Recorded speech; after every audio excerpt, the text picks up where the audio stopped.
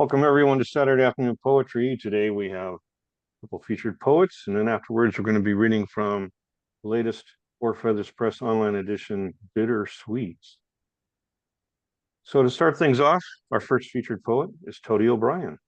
We turn it to you now, Toti. Wonderful, and thank you. And I'm gonna share the screen so you get the words. I'm gonna read 5 poems, and the first 2 are a diptych. That means they make sense only together, and I suspect they might not make sense even together, but we're gonna give it a try. They are about 4 trees, and 2 and 2. And the first 2 they intrude in the second poem, so it's a huge mass of trees, grafted, the trunks hugging so tightly, you'd say they sprout from the same root if the figs weren't ashen, and the cottonwoods brown. The round canopy is so evenly split that a master architect must have engineered it with care. From this side, you'd say the figures barged in, gaining an inch or 2. Turn around. The dividing line undulates, redeeming equality. Leaves are of 2 different sorts, but 2 shades of green. Much every summer, the fig ooze purple manna, while the carrotwood sports gaudy clusters in which birds delight. I'm aware the fig is the sole owner of the scent, rather sole producer. Does it matter? Thick as jam, a sweet halo enrobes the twin creature, the arboreal chimera I worship in no season after season. Look how it rises and curls, like a question mark sealed upon itself, expecting no answers. How it stands illegitimate is what it shouldn't be. As I greet it, I inhale its ivory beauty and its defiant poise. Look how small limbs embrace without tangling, like the interlaced fingers of sleek, skillful ballroom dancers. So those were the first 2 trees. Rite of birth. Then she showed me the trees that she called the lovers. They grew jointly, their trunks and limbs intertwined. I also knew a similar twosome, I said. Mine was close to the hospital. I saw it once a week.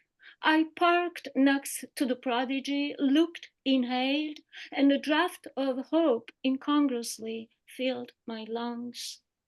My pair was squeezed in a square foot of dirt, hairs spread lavishly on mulch, grazing a curvaceous hillside.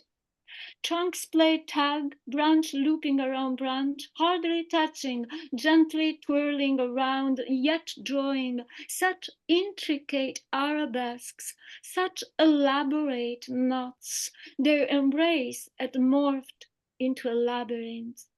Without spatial constraint, the 2 expanded horizontally, as if wishing to recline and relax. I inhaled them as well. They perspired pre-Adamite, long-lost innocence. I imagined them in the nude, while I pictured mine bagged in the dark clothes my grandparents wore when they disembarked. They, my grandfolks, stood side by side, big-eyed and pale-faced, holding on to their cardboard trunks, stiff like brooms, daring not to occupy more than few square inches of ground, and still breathing.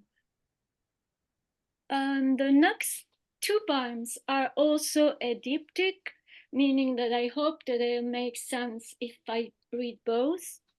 And I like that the title also can make sense together, because the titles are truly and invisible, truly invisible, truly. We are told about the prodigal son's return. We know neither when nor why he left. If, for instance, departure occurred in the stifling hours of a summer night, or else, we suspect, on a chilly winter dawn. If he stole father's horse, if he took the train at the station, if, as we guess, he walked the dirt path towards the main road, then tried to hitch a ride. Perhaps a chariot stopped, or a lost tourist van, or, that is just hearsay, a black limousine driven by a tanned dude with horns and a tail. He didn't carry luggage, his pockets filled with loose change, and the picture, correct, he had unpinned from the wall of his room near the bed. Of departure, little is known, officially at least. We sure lack a motive, as well as we don't know how long exile, absence lasted. Long enough, it seems, for mutual re-evaluation. In the meanwhile, the calf grew fat and the sibling riotous. The sibling, once prodigal boy, took his leaves and was spirited away, became an only child with a huge deep sigh of relief. Little is known of pre-split, pre-diaspora. Rumors say that he claimed ahead as part of inheritance to go live the life up north or abroad, that he squandered it through gambling and drinking opium horse. That is what the scribes will record in father's memoirs, then passed down in history. When the calf was served, prime ribs, neatly roasted, a parchment came along. Son was asked to sign at the very bottom. Eyes cast down, he slowly blotted the grease from his fingertips, then he grabbed the quill pen. Invisible. No one mentioned prodigal daughter, not once. No such thing existed, as the girl who take off would be simply called a whore. Well, she wouldn't be called. If someone heedlessly inquired, I'd point at her sister. Mate, I've only one gal right here pouring wine. Absence didn't breed opportunities for reflection, didn't mature pardons. It cemented oblivion. All relatives went by the code of silence in unison. Should she ever return, she'd choose siesta time, pace the desert sidewalk, skirt the wall opposite to the family home. Sunshades on her face, she'd cast an askew glance at the window, shutters closed, shielding the master's afternoon rest. From the street, she would inhale dust, twilight, old ink, lukewarm coffee, soap, and a tang of bleach. No smells of roast meat, no perfumes. She'd move on as empty as she came. Only later, at the end of her life, mother sometimes recalled. They were flashes so brief that they left no trace. Mother recalled small hands, chubby fingers hungering for her cheek. Maybe a polka dot dress morphed into kitchen rugs. Wait, who used to wear it? And the clickety click of varnished Mary Janes. And my last poem is on the same theme of return, and it's called Nostos. That I don't know if it is an English word. It's a Greek word for that means return. Sheer grasses from woodland shadow, the exile of the hermitage, the long sentence for life. She makes progress, relentlessly pushing on pedals, while the bike tweets a rusty melody of balls. She aggressively bites at the cabin door as Gretel must have, cinnamon tanning her tongue. She cautiously ingresses, sucking in the dampness swept off by curtains and rugs. A congress of wild birds salutes the moonrise. Sunset vomits blood by the bucket. She digresses, her palm on the window sill. Her eyes hunt through the leaflets of a calendar lost. Spiders gather up their blankets of ash. Mice tiptoe like nuns with a furtive rustle of veils. Bells have told her back to a memory of courtyards, mossy basins, thick soap, terracotta crumbling like flesh. An abandoned swimsuit, light pink, she regresses to the plaintive note of the seagulls, to the convolution of waves, the fiddle penumbra of a single conch shell. Thank you.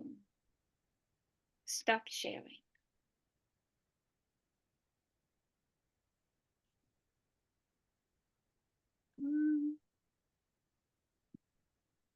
You know, I can't reach that. Yes, You just got rid of it. There you go. I did. Well, I'm so glad that was recorded. I mean, that was so pleasurable to be able to follow along and see the shape of it.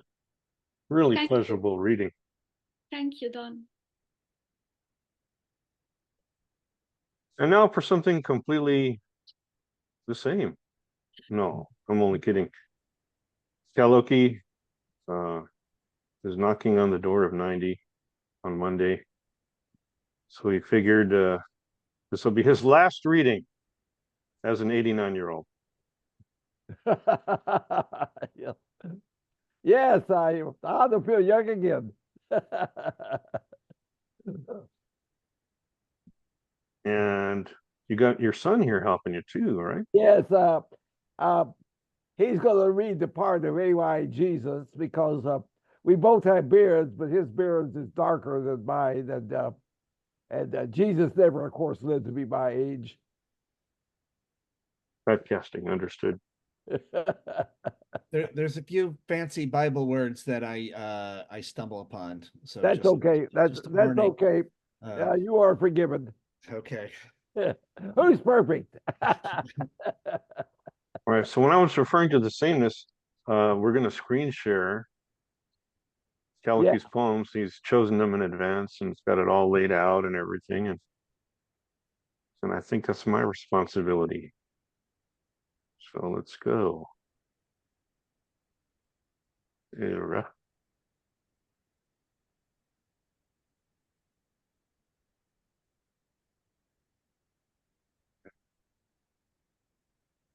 Oh, yeah, that's right. It's just a file. Yeah.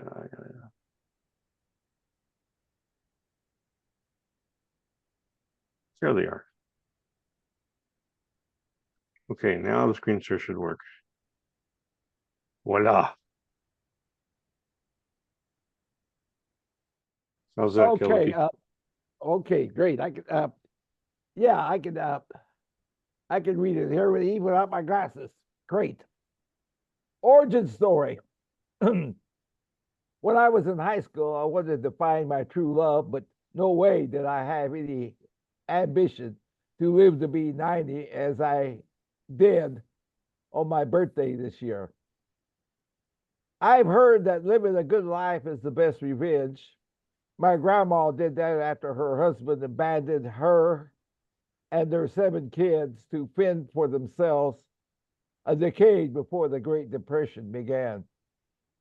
By washing clothes and cooking at powwows, she somehow managed to pay the rent bills, and feed her single-parented family. Grandma died in 1891, surrounded by the love of her 4 daughters and 3 sons, along with their children, grandchildren, and great-grandchildren. I not only won't, I can't call her ex my grandfather. He died at whatever age it was, abandoned by all the love he has abandoned.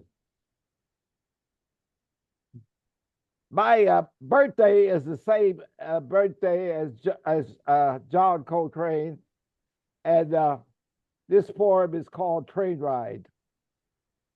And the Great Spirit breathed into John Coltrane, and he blew into his saxophone sheets of sound with light year speed through the spiraling dark hole of his horn, drawing the atoms of body and soul, whirling into a cool fusion and spinning them out in a fiery fission, exploding us, imploding us, dividing us, uniting us, while riding the train to places far away and deep within. Touring soprano sex lands of all our favorite things, our favorite things, our favorite things. Exploring and probing with Coltrane, all the universe means to him, but abruptly losing our way with Bercy, tenor sax shrieks, McCoy Tyner's resounding piano chord crashes, and Elvin Jones' thundering drum rolls. With drop back on chorus and Jimmy Garrison with closed eyes and sweating forehead throbs bass strings in a trance dance. Traveling the train where no one's been before, while the Creator excels through him and we in hell. A love supreme, a love supreme, a love supreme. Nice. It's one of the hardest things to do, write poems about music. And you did it very well. Yeah, this is a okay. This one here. Let's see. Speaking of hard things to do, Yeah. Okay. oh, Okay. I will. Mark is going to read the part of AI Jesus, and I like. I will read the part of Cal and Okie. Do you have a part for Loki? No, you, of course. You and is Jackie here? No. Did you do Wiki Lynn too? Okay. And I guess all the woman parts, all the female parts. And Kingfisher, yeah. you say you do all the male parts, I knew that was coming. except for Cal and Okie. Okay. Okay, so okay, let's begin there. Oh, critical calm. By the way, this is part of a works in progress, and I'm almost. I still got a little ways to go, but I'm almost there. I think, at least for the first rough draft. Cobb Lynn, 250 seminar in critical Bible studies. Loki draws the mask of a gritty man with a beard and lays marker on tray. And who did that fine drawing? Well, it's Mark. Self-portrait. I got you. My beloved scholars, through the miracle of 21st century technology, we have as our special guest, AI Jesus. Hey, Loki. Whoops. Hey, Loki Toki. You make me feel like I'm a superstar. AI Jesus, can you walk on water? No, nor could historical Jesus, but the Jesus of faith as depicted in the synoptic Gospels of Mark, Luke, and Matthew could. AI Jesus, you're pro-life, right? Guilty as charged. Since I was crucified under Pontius Pilate, how could I not be against capital punishment? I meant, are you against abortion? Abortion wasn't a big issue in my time, and so I never said anything about it. In the Pentateuch, God is quoted as saying homosexuality is an abomination to him. In Romans, Paul condemned homosexuality. Did you also condemn it? Nope. Speaking of the cross, while hanging on it, you cry out in the Gospel of Mark, Eloi, Eloi, lama sabachthani, Aramaic for my God, why have you forsaken me?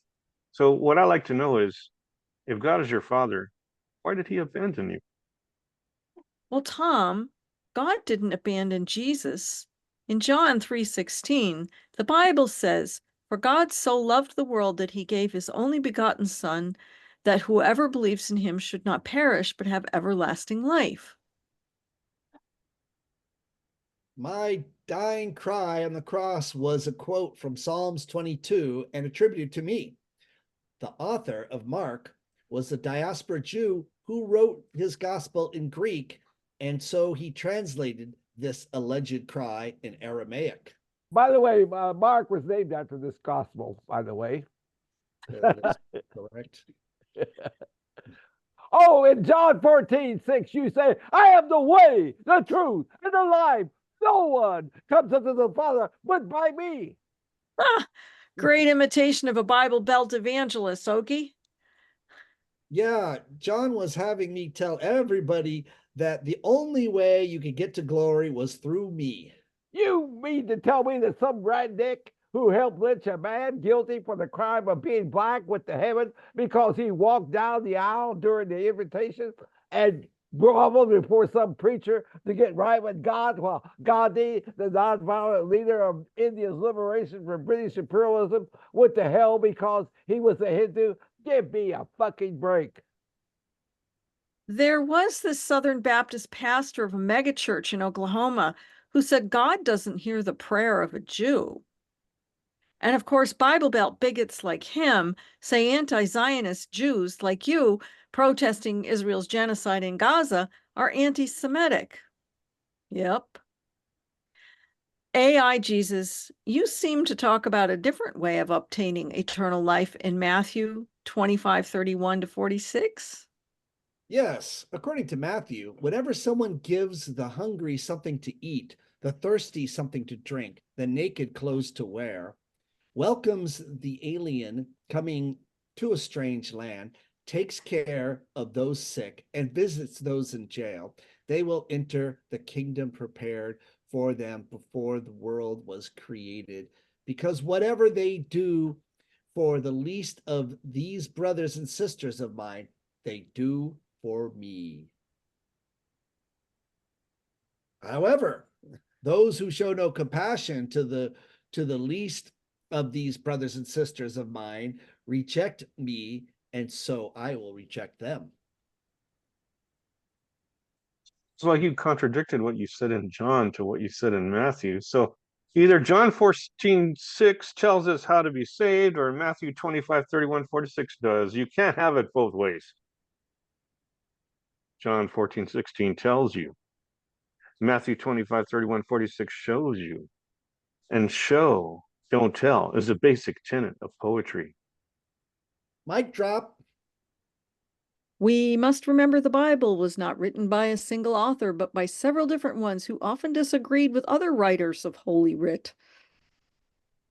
Did you really say in Matthew 5:39, if anyone strikes you on the right cheek, turn to him the other also? Or were these words put on your lips as the author of the fourth gospel did with your John 14:6 quotation? There was a pretty good chance that I did say this. The Jesus Seminar designated Matthew 5:39 read. The Jesus Seminar was a group of about 50 biblical criticism scholars and 100 laymen, founded in 1985 by Robert Funk. A quote designated read by them indicated Jesus undoubtedly said this or something very like it. A quote color-coded pink implied Jesus probably said something like this. Oh, Who's WikiLynn? WikiLynn. That's you. Oh, okay. A saying designated gray implied Jesus did not say this, but the ideas contained in it are close to his own.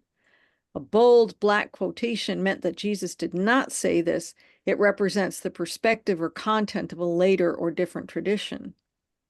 In the search for the authentic words of Jesus, only 18% of the sayings of Jesus were classified red or pink. By the way, my controversial quotation in Matthew 5:44, love your enemy, was also color-coded red. With all due respect, virtual Lord, how in hell can I love the pussy-grabbing convicted felon and fascist dictator wannabe Donald Trump? A lot of us feel the same way about tax and spend Democrats like Hillary Clinton and her womanizing husband, Bill. How can I love Genocide Joe and Bibi? Hey, aren't you Homo sapiens? Aren't you Homo sapiens listening? I said, love your enemies, not demonize them. I don't have to demonize Trump. He demonizes himself. Ditto, Bill Clinton. What about all the Israeli women Hamas raped on October 7th? That propaganda, which Kamala Harris repeated, has been debunked, while the rape of Palestinians in Israeli prisons going on today is being largely ignored by Democrats, Republicans, and mainstream media. I want to believe, AI Lord, but walking on water seems an easier thing to do than love your enemy. Point well taken, Tom. But like Martin Luther King Jr. said, we must learn to live together as brothers and sisters or perish together as fools. That's amen. Oh, okay. And that is from the future book of CaLokie. I think I might start this prophet thing. I like it. I like the way it feels, spreading truth and love. I've got the beard. I got what it takes. Yeah, that was that was really a hard one to revise. That taking the 25, 31, 46. That took me the longest to cut it down to a manageable size. Didn't want it to end, want it to go on for 2 more pages, Yes, at least. So Well- I have to get going. Well, thank you. Before I do, Thank you, my only begotten son. No. He wants to say something. Go ahead, Mark. It's okay. So we are having a short get together for father, my father. It's actually a dual celebration of both my parents, because I'm coming into town October 2nd to 6th, right in between both my parents' birthday. They're both hitting sacred 0 years. My mother's turning 80, my father's turning 90. So it's kind of a dual celebration. It's going to be happening in on Saturday, October 5th, 4 p.m. to 7. So short little get together. It's going to be in Montrose, Glendale. And I'm going to email Don like a little flyer thing, and then he could spread it all across the world for everyone to be invited. So that's the plan. So anyway, love you, pups, and Love you, Mark. and I will see everyone later. Take care. Okay, love you back, boy. Okay, bye. All right, that was sensational. And now we can move on to the second half of our program. The online edition awaits to be read. In fact, it'll be another chance to hear from CaLokie as well, because he's in there. The last time he's being published ever at the age of 89. All right, so let's see if I have that handy. And of course I don't. Okay, I'll fish it up here. It's right there.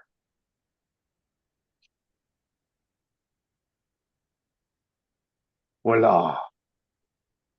For Feathers Press. With a picture of my kitchen countertop in which I spilled some chocolate milk. Yes, and I looked at it and it looked at me and it became bittersweet. It didn't look happy, as you can see, did not look happy. And let's see who's here. Let's see who's here. Marvin threatened to be here, but he's kind of in flux in a very interesting way. In case you don't know, Marvin has been living in the back hall of a church in Lancaster. Amen. Which is kind of Amen. his, yeah, Lancaster's his town. And but interestingly enough, just yesterday they tore down one of the walls to the hall to access it to the church. So now he's got no privacy, Oh no. right? So he's a little upset about that. So I'm sure he's working that out right now. Okay. I hope they at least gave him a warning so he wasn't like, He didn't get a warning. He didn't warn. He was like gone for the afternoon. He comes home and he's got home the wall. and the wall's gone. What a thing to come home to. All right, Michelle's here though. Hey, Michelle. Are you ready to read? You gotta unmute yourself. She was here. Oh my, okay. We'll save her for later if she returns. So many people. So few here today. We got light attendance today, huh? Is it the weather? It is a beautiful day. Hey, Ambika's back though. This is really wonderful. Ambika, just unmute yourself. And which of the two poems would you like to read? Which one would you like me to read? Well, if it's up to me, I want to read. I want you to read the second one. Oh, the second one? Yeah, for some crazy reason, this is a good poem. You got to hear this, people. I thought I was going to read. Let me make it a little larger, easier to read here if I can. I have it here. Oh, okay, but I mean for the people. Oh, I see. This thing, I Yes, want to make sure they can see these words. Yeah. There we go. Wonderful. Okay, so I'll scroll along as you go along. Go ahead, Ambika. And I'll read from because it's easier for me. Okay, so way after, let me open that one. I had the climber one open. Where is it? Here we go. So Way of the Lost Muse. To be honest with you, I just opened a file and this was a 4-page thing and I came down to this. And so that's why. Meant to be. Yeah. Sorry? It's meant to be. The reading of this. Yes. Way of the Lost Muse. A strange sweetness thrills my pores when your music breathes magnificent chords. Universe becomes Eros, breathing in, out, and I become an imaginary guitar, a landscape to explore. Your fingers from afar pluck my strings. You name me wild woman, once wise woman. An eyebrow raised, I say wise women are wild. Your intense eyes embittered try to make meaning of fractured wholes. Your reckless laughter bridges gaps between dry moments, and I don't know what to say. Imagine, so I write. Your cynical look gleams a sadness. One can be anything, you might say. In an universe of possibilities, a pea fits in a pod. A silver tuning fork hums. Singing bowls refract light on geodesic domes. A new landscape in each new moment. The eye of a storm crescendos into heart of new birth. If you cherish your dream, will your songs soar through steel? Worlds wait to be known. Will you pleasure the world with bitter melons, so sweet of fruit feed souls lingering, lost? That's a lovely poem. Thank you. I wanted to say one little thing about you speaking of Mr. Gandhi as the liberator. He wasn't, actually. He was a shill, and he was doing everything against us instead. And he delayed things and told a lot of lies, and was very, very expensive to maintain because all his goats had to travel with him, etc. And there's a whole lot more coming out. Wow. Wow. Yeah. So no, I do not see him as the Mahatma. This was all created, that identity by the British. Wow. That's very interesting. Yep. And believable. And Right? We always and put people on pedestals, right? we shouldn't do that. Yeah. And we excoriate the wrong people. Mm-hmm. Mm, mm, mm. Thank you. Hey, here's somebody who traveled a long distance to be with us today. A All lot the of way to electrons went from Canada all the way over here to Los Angeles from RA. Hey, RA. Bittersweet. Want to read your call? Yeah. They don't really come into their own until everything else is past its prime. Starting modestly enough, in pairs, with one flowering, the other responding with pale, small berries. Unassuming, they blend in with spring and summer bushes, stealing no one's thunder. Even as fall foliage paints the woods in vivid hues, the berries turn a modest gold, playing a supportive role. After the trees shed their colors all around, they step into the spotlight. Against dark bare branches, the berries light tiny fires for solstice, capturing the sweet memory of sun through the bitter winter. Mm, mm, mm. And y'all out there No. probably don't know the bittersweet bush, but this is exactly what it's like. It as it progresses through the year. So it's kind of a Eastern thing. You gonna have any feature any poems about maple leaves in the autumn? Yeah, I've got a couple. Oh, cool. It must be quite a sight every autumn to see. Oh, when they finally come out, in all their glory, it's really spectacular.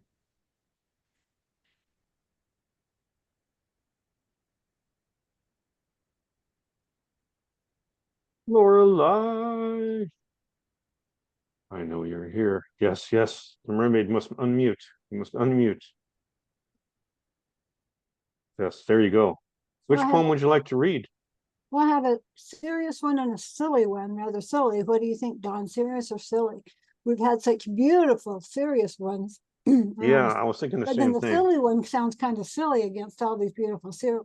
So I really don't know. What do you think? The serious What one? what do the people want? What do the people want? Serious or silly? This one, the God of the Nectar. Yeah. Okay, that's the serious one. Okay. Okay, they want serious. Here we go. You just when we finish, just show them the picture of the next one, but that's all right. Okay, Garter of the Need Nectar. to increase the size Picture though. of the other one? Okay, here we go. Yeah.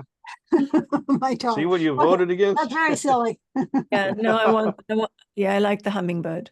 Okay. Okay. Yeah. All right. The red-throated hummingbird perches on a branch near the patio feeder, providing daily company as I peruse my morning paper. As other hummers fly close, they are quickly chased away in a blur of flight by the descending sentinel. Hour after hour, day after day, he guards his territory, bolting after any intruder who might threaten his personal supply.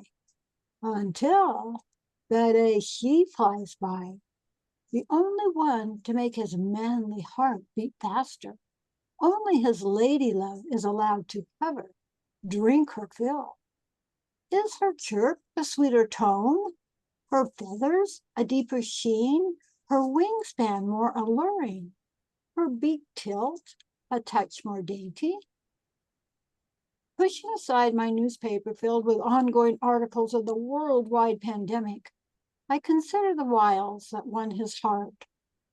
Pondering such fragile ideas, my thoughts take wing and fly away. Mm, mm, mm. It's a very majestic ending. Lovely. Thank you. Okay, so remember, go to the website if you want to read about that. I'm going to read about the toe. The only thing I'll say about the toe poem is really true. Happened to a friend of mine, and then I wrote about it as if it happened to me in a persona poem. But it is true, which you won't believe when you read it. You'll say, no, couldn't be. Did I espy Ellen? Yes, I did. Ellen, would you like to read your haiku?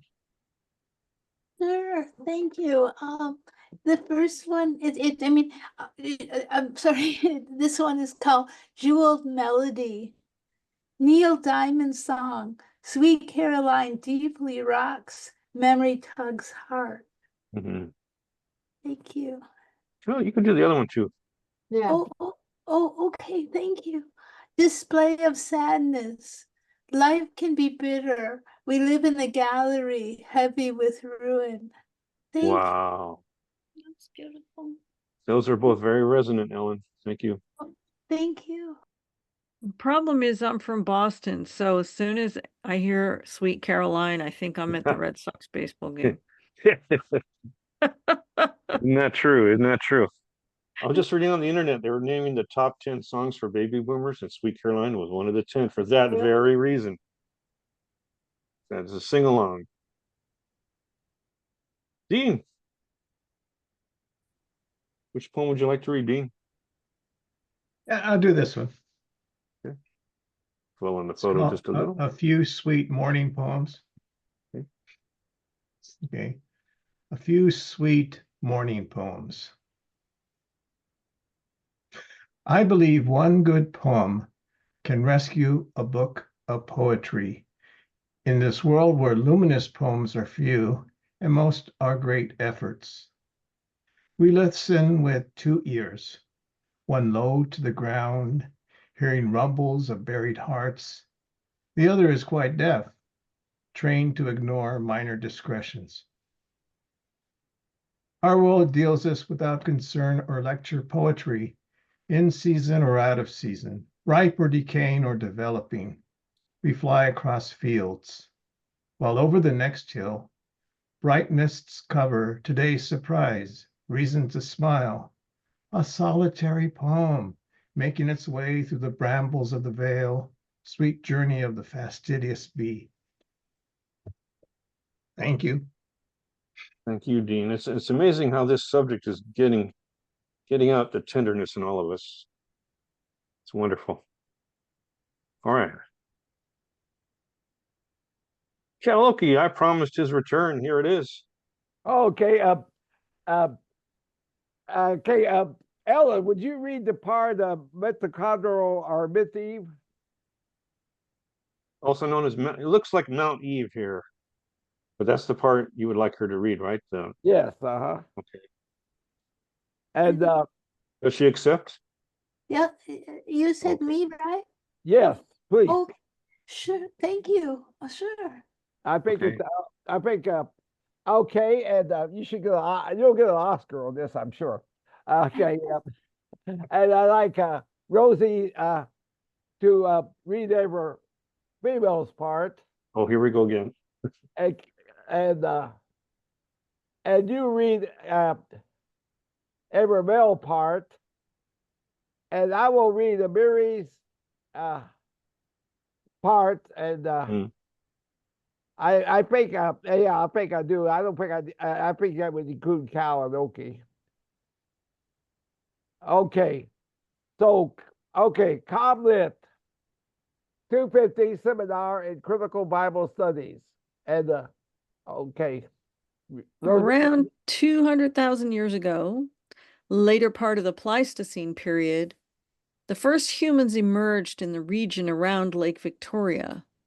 The lake's area is divided among three countries, Kenya, Uganda, and Tanzania.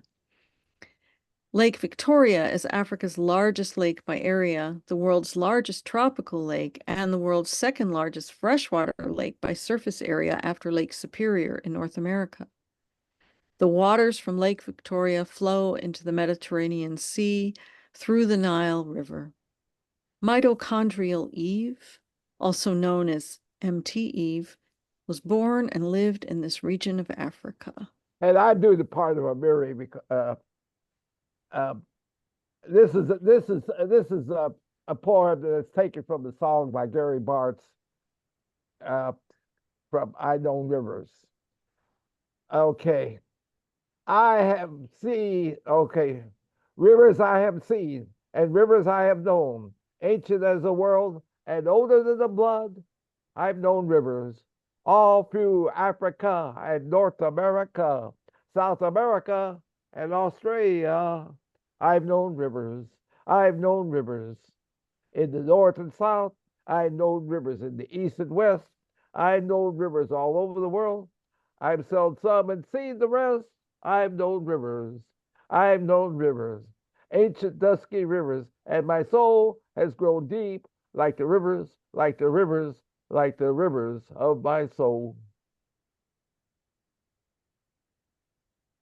And you got all the female, Rosie. Oh, okay. I wasn't sure Yeah. what wiki was. In human genetics, the mitochondrial Eve, sometimes shortened to MT Eve, is the matrilineal most recent common ancestor of all living humans. In other words, she is defined as the most recent woman from whom all living humans descend in an unbroken line, purely through their mothers and through the mothers of those mothers, back until all lines converge on one woman.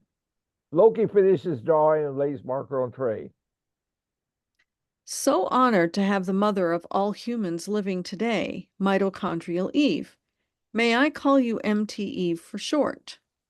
No problem, honey. Oh my God, black like Amiri and me. Love you, Mama Eve. Love you back, baby.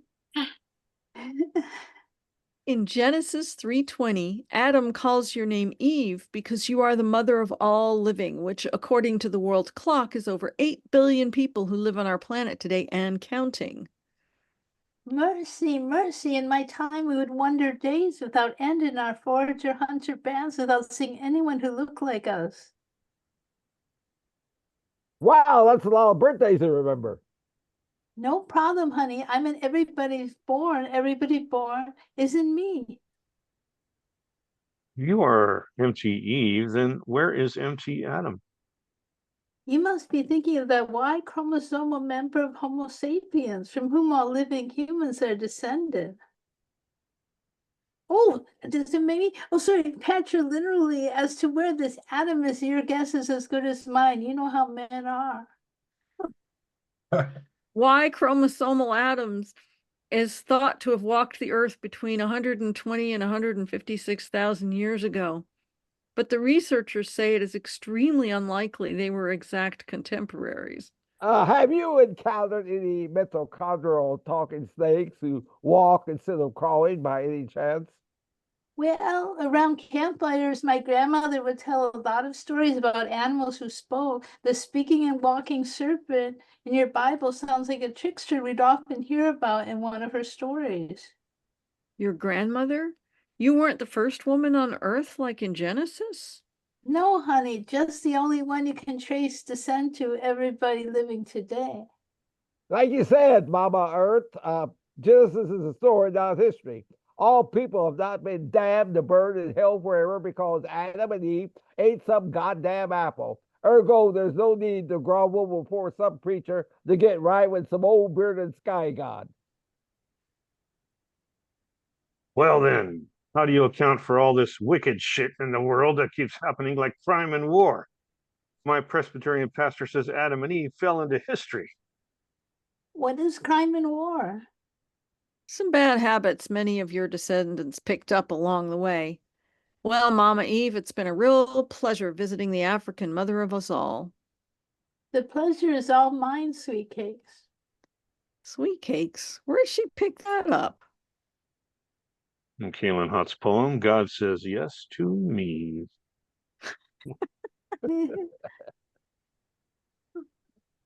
Cool, thanks. That was Yeah. fun. Yeah, A lot of fun. yeah. Definitely a poem well worth looking up. That's a great poem. Yes, it is. It's on the. It's in the palm of your hands. Let's see. Steve Cowan in here, and in here in his own poetry workshop, and that's where I first met that poem. And yeah, it's a. Missing Jackie.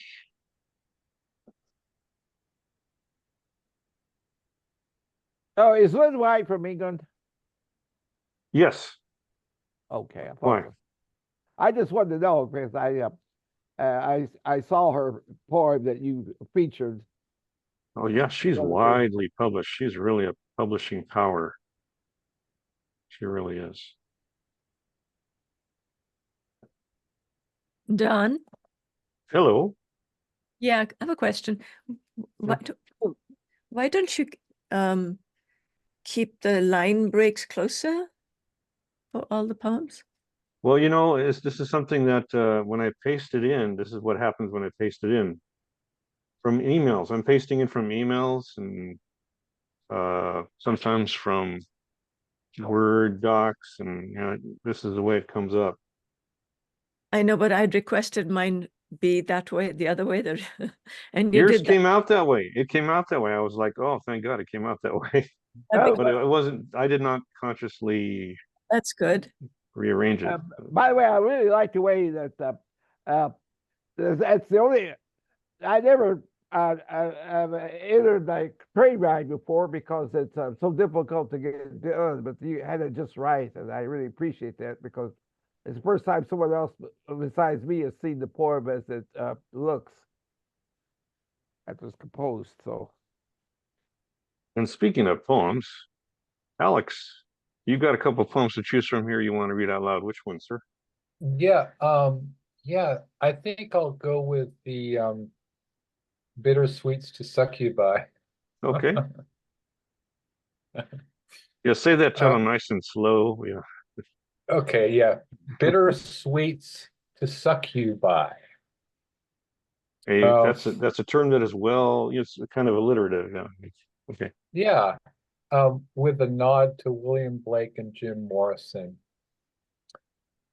And in the end, you've got to take the bitter pill with the sweet, sweet savor of breast, leg, throbbing V-shaped format fuzz.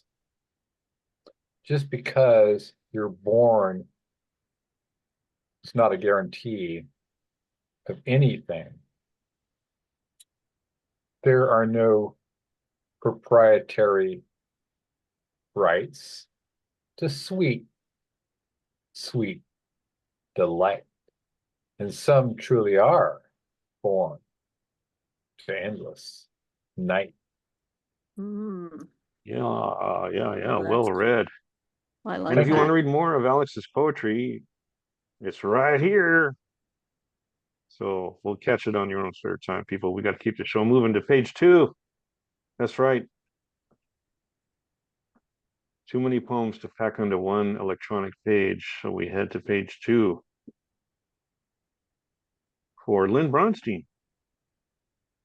Oh, finally. There was an old episode of Green Acres where Eddie Albert is in a waiting room and he has a number like 52 and there's no one else in the waiting room, but he has to sit through all the numbers being called out up to his. Hey, you know, I'm here.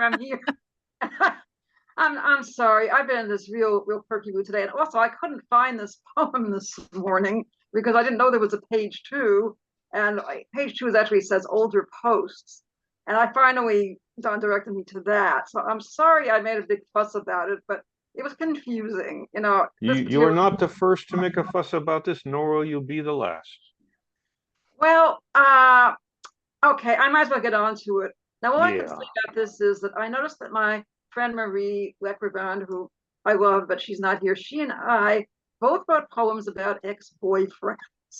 There must be something about this bittersweet that brings that out. And maybe that's why I'm really bitching, because this poem was written out of a lot of annoyance at an ex. So it's called The Crude and the Sweet. I could not have predicted how it would end with a sandwich he made for me. A wedge of meatloaf wrapped in a slice of rye, draped around the meat like a tortilla. It was awkward in my hand, but well-intentioned. It just wasn't gourmet cooking. And it sure as hell wasn't a diamond with him on his knees asking if we could be forever and all that jazz. If I had known it would be our last date, I would have held that sandwich like a bride holds her bouquet. I can't even say how much I would enjoy love without clumsiness. And even as I say it, I know there's no way to avoid it. The world is full of men who are sad little boys, unable to reach that place where girls were already planning the rest of their lives. They offered what they could. Desire was easy. They savored femaleness in the smooth pages of Playboy. I wasn't any better. I slept with record albums, pretended the shrink wrap was the rock star's black leather. When we were kids, we were all amateurs at sex and love. We made the crude sacred and left the sense and sweetness to the randomness of fate. It might be fun to be a romance novice again, to sigh over someone who seems just wonderful in spite of all the stumbling. Yet I find myself tearing up at the memory of that sandwich, a hasty nibble assembled from leftovers, and possibly an expression that in my longing for sweet songs I did not hear. Wow. Yeah. 5 You minutes. nailed it. You nailed it. Thank you, folks. I mean, that's such a pissed off poem. I'm glad if you want. It's pissed Very off, but it's also kind enjoyable, of Lynn. sad. Hey, Robert, are you here? He Is he still was. here? No, he was here. I thought He I was saw him. here. Oh, well, Oh, darn. Yeah. Yeah. Where did he go? I don't know. But I'm afraid, very afraid, What? that this is the last poet. Me! Oh no. No, Now, Miriam's wait here. a second. I'm Michelle, here. Did I miss somebody? Oh, yeah, Well, yeah. You keep Good thing. doing that to me. I'm a nobody. No, you're not a nobody. You're somebody. It's just I get thrown off, the name's different. Oh, sorry. So, which poem do you want to read, Mary? I mean, Which one would you prefer? I know I read the other one. Would you want me to read this one or the other one? I think I'm voting with the second one. Oh, okay. No problem. Yeah, I mean, you read it before, but it's really good. Oh, okay. Michael Douglas Hine, July 24th, 1989 to 10/23, 2023. Joy of a birth of a child, a healthy child, boy or girl. Joined a family, 2 older brothers and a sister. Later followed by a younger sister. A house full of love. Constant activity. Variety of music fill the house. Grateful Dead, Fume. Learn all religions. Coexist together. Present afterlife of Egyptians. Religious symbols. Sports, swimming at George Bridge camping. Refinished floors with Uncle Raymond. Worked at jewelry store, blowing glass. Had infectious laugh and kind eyes. Then it happened. 22 years old, schizophrenia. Mike's life changed. Voices in his head. 1, 2, as it progressed. 48 hours of voices in 24 hours. Disease took over. Medication did not always work. Neither did street drugs. Finally, the disease came under control. All was well. More good days than bad. He was the son who enjoyed camping, music, discussion of religion. One day it all ended. Mike died, no rhyme or reason, bittersweet. Mike is now at peace. He will be sorely missed, but is remembered as the healthy child he once was. Mm-hmm. Yeah. Great memorial. Great details in there. All right. Now that everybody's down, I guess I'll have to read my down poem to send you all spiraling.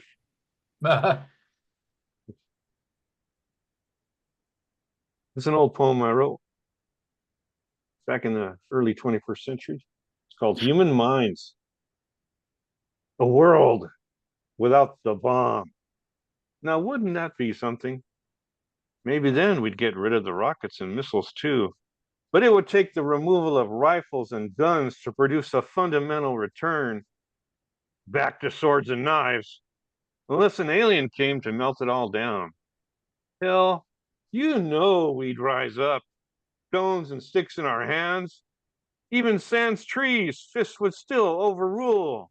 Taking away bodies, we leave only worlds behind for the universe to merrily corrode out of existence. Wow. Is that cheerful enough for you? It's a Something to downhill. look forward to. Well, there's a happy one there too, but you'll have to read it on your own. Yeah. So websites are for. Websites are almost eternal, right? As long as there's electricity and internet. Quite a I scary have a thought that these. question. Yeah. How do I Yes. get onto that website? Oh yeah. Probably the easiest way is to Google Four Feathers Press Bittersweet. 4 Feathers Press Bitter Sweet. Is that Yeah, one that's word right. or two then? 5 separate words there. Oh, okay. And that's because, Bittersweet was dreamed up by who? Stephanie Logan. Every month, our theme comes from a poet who suggested it. And so Stephanie Logan suggested it. And Lorelei, did you want to say something I about have a that? question. All those wonderful poems we heard at the first from the featured poets, are they available? I would really like to be able to have those and read them over again. They're not in this book, right? Yeah. Toti? Is she talking to me? No, and actually those are all from my last manuscript, so they are in no book yet. But if you Google my name, I have 4 poetry books out. Okay. Just Toti O'Brien. And some are as cheap as $5. So I hope what about the other ones? I hope to do I hope to get out a rough copy for the October the 8th, but for later, I do plan to have it published and offered to Kingfisher and me to send the copy. So hopefully that'll be ready by November, right? Yeah. Yeah. On the subject of bittersweet reading, Michelle Smith has popped back in. Exactly. Oh, Michelle, she's back. Hi. Let's pretend we didn't finish. Hi, can you hear? Yeah, can everybody hear me? Yep. I'm outside. As you can see, it's not bittersweet. Whew, how was everybody today? Good evening or this afternoon. Can you hear me? Can you see me? Yeah. All right, great. Okay. Just a moment. I'm going to read the poem. Which one? About the cold. Freeze frame? Let's see. Yeah, freeze frame memories. Got it right here. Look at that yes, picture. Thank you. Wow. Okay, freeze frame memories. Thank you, Don. I appreciate it. Okay. All right.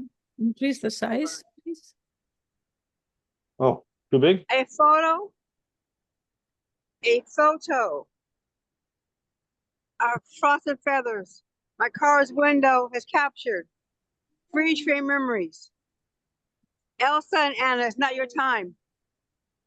Bitter fair weather frenzy. See the windshield wiper and blades and move. Brr. Snow art. Abstract or concrete. Glass, is it cracked or crystallized? Amazed eyes, behold the beauty. Ice flowers, tattered sweet. Brr. For safe life repair, safe life replace. Silver uniqueness of the winter's bitter, bone chilling cold. Fell from a beanie covered head. Rugged huge parka with boot wearing feet and toes. Freeze frame memories. Maybe a car carrying corpse, seated upright and ice laden, gloved hands possessing a cell phone. That's cold. Brr! Ooh. Yep, been there. Isn't it good, huh? You I just know made one it in thing time, that- Michelle. Way to go. Thank you. You're welcome, everybody. You're welcome. Where's that? Where are you at? I like the umbrella. It looks familiar. You're welcome, CaLokie. Thank you. I appreciate it. Thank you very much. Anyway, Oh, it looks almost like you're at Alameda swap meet or someplace. No, I'm at 8th of Vermont. But it does resemble swap meet. You're right. It is not bittersweet. No pun intended. Ah, Oh, I didn't hear you. Could you repeat that again? so I didn't- yes. you said you're in Vermont? Oh no, Vermont 8th Street. Oh, okay. Los Angeles. Yeah. So anybody who's from LA, thank you. It's good to see someone outdoors, the great outdoors. So Yes, I am outdoors. The great outdoors, CaLokie, the great outdoors. the Going indoors now. poetry belongs everywhere. Yes, this is true. Well, I'd like to thank you and everybody, especially our features, Toti O'Brien and CaLokie. Thank you all. And it's time now to head out into that beautiful weather while you still got it. Yes. Bye bye, everybody.